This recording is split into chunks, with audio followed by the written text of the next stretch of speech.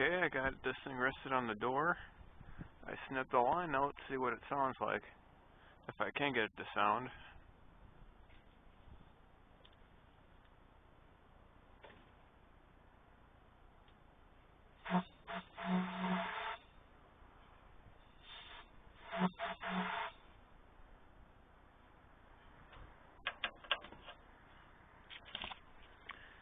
That air line's just too narrow for this thing to fit inside, and I'm losing air and it's leaking out.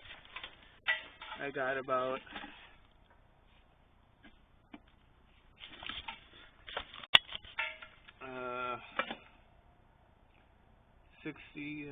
70 something PSI. It's enough to get it to sound one more time. I'm just going to unbolt that one part and just screw it right into the elbow joint, and that should give me a big enough opening to get all the air inside there. But I heard something. Coming out of the horn, so it might actually work. So I'm going to get back to you guys and try this a second time. Well, I guess I'm going to have to take out one or two of the bolts just to get that one part unscrewed underneath. I don't know if you can see that well. The focus on this thing is sometimes tricky. You have to go back and forth on it just to get a good judge of it. Okay, yeah, this is a close-up. I'd use a vice grip to hold that bolt on there. And the screws that you normally use to bolt on the air horns are 7/16, and I got the long one. So I'm going to take the 7/16 one, and I'm going to unscrew this bolt.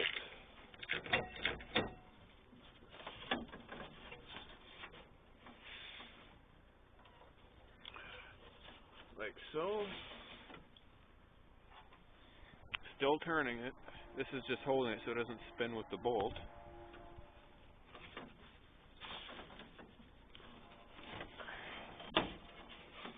Yeah, cab overs are a bitch to get air horns off of, but day cabs are a lot easier in my experience.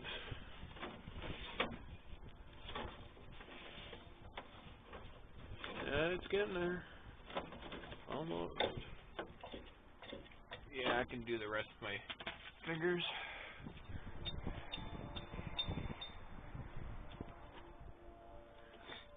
Okay.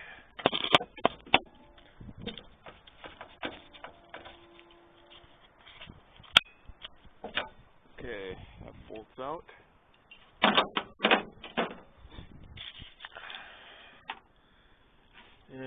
Damn, I'm gonna have to take that other one out too. If I twist that elbow joint, it's just going to hit that, so I'm gonna take the second one out. Same process.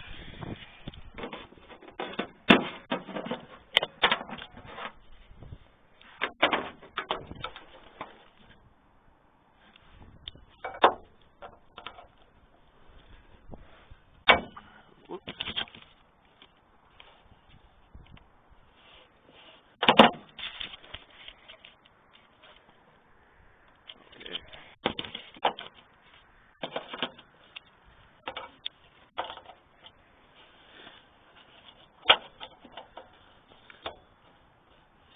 It's on there.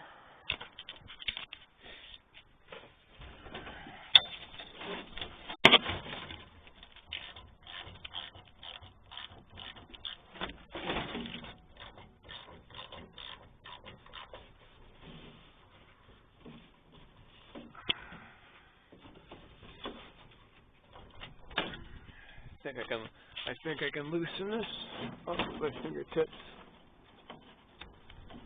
Maybe not.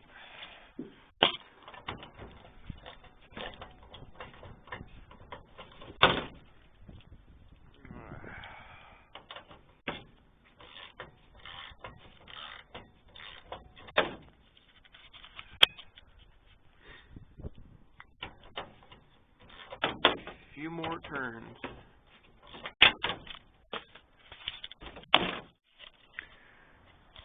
Sorry about that. My camera got full of memory, so I had to delete some stuff. Just cut out on me there for a minute, but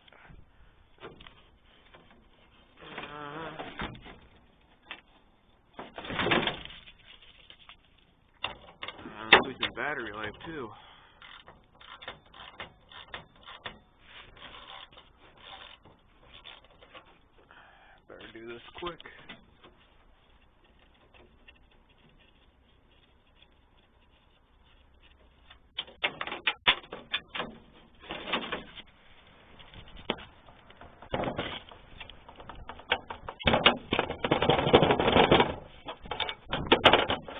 it wants to go.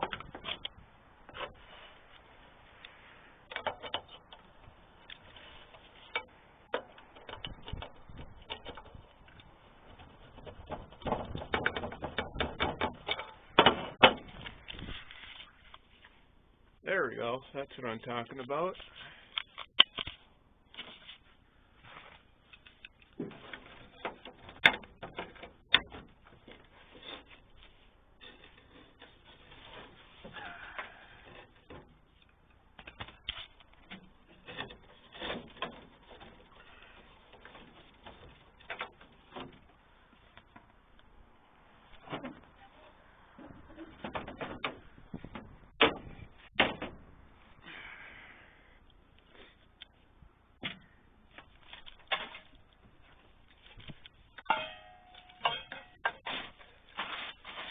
There. Now let's see what this thing sounds like. Well, I still got enough battery life in this thing.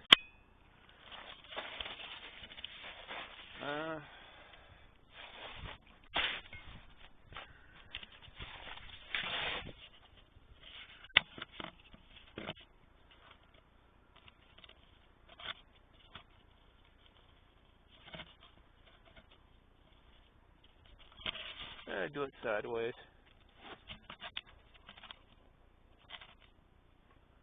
Okay, got her on the tire. Let's see what she sounds like.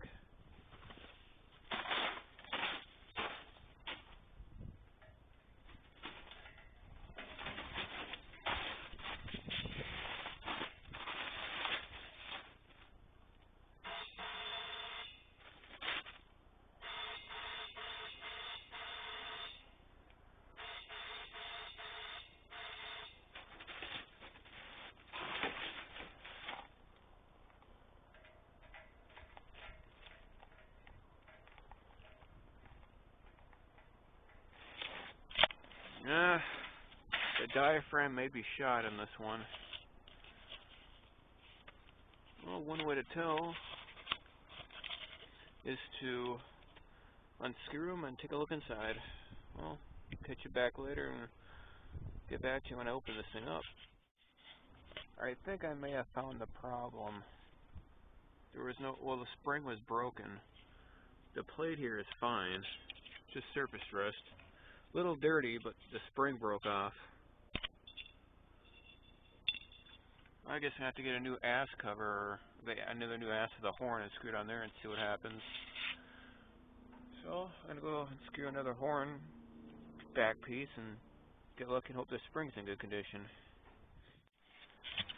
Well, I put a new ass on it, still didn't sound. The spring was fine. I think the problem is I only got about 61 psi, and that's barely anything to get the horn to sound. Could be I just don't have enough air in my tank. This horn could be fine for all I know. But I gotta make sure the back plates look similar. These horns are gonna go with my car, and they gotta look the same. It's gotta be all symmetrical. So I'm gonna take this into the junkyard shop and see if they can get it to sound. But who knew getting air horns could be such a job? At least one works. Well, I gotta go get me a air valve and bring these horns into the shop and a few back plates, and that should be it. Hope the rest goes easy. Got it checked out. They got it to work, but there's a lot of leaks. I mean, there's more leaks in this thing than in a Hong Kong phone book. It's all coming out around the edges here. I mean, you can practically feel it coming out, and it affects the sound quality. But it did work when we cleaned it out just a little. So I'm gonna keep this horn. I need to get a new back plate, or two that are similar, and get the neck stand. Oh yeah, and then air valve, and I'm done. Goodie. Well, now I'm at the part where I'm getting an air valve. I find that these types are the best kind because they're made out of metal, not plastic, and they hold up pretty good. This one ain't seized like the last one. I push down, comes back up. Plus, this airline's flexible, so I would assume there's no water frozen in there. So I'm going to take this one.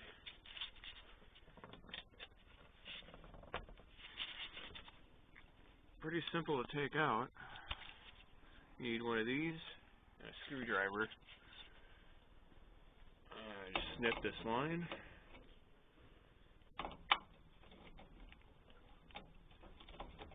Hold on.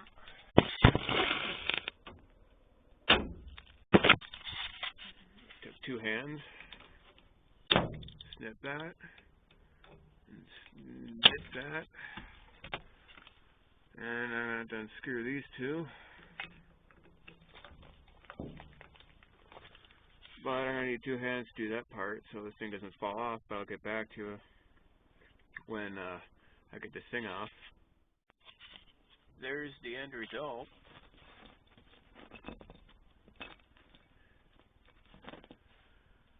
I believe I'm done.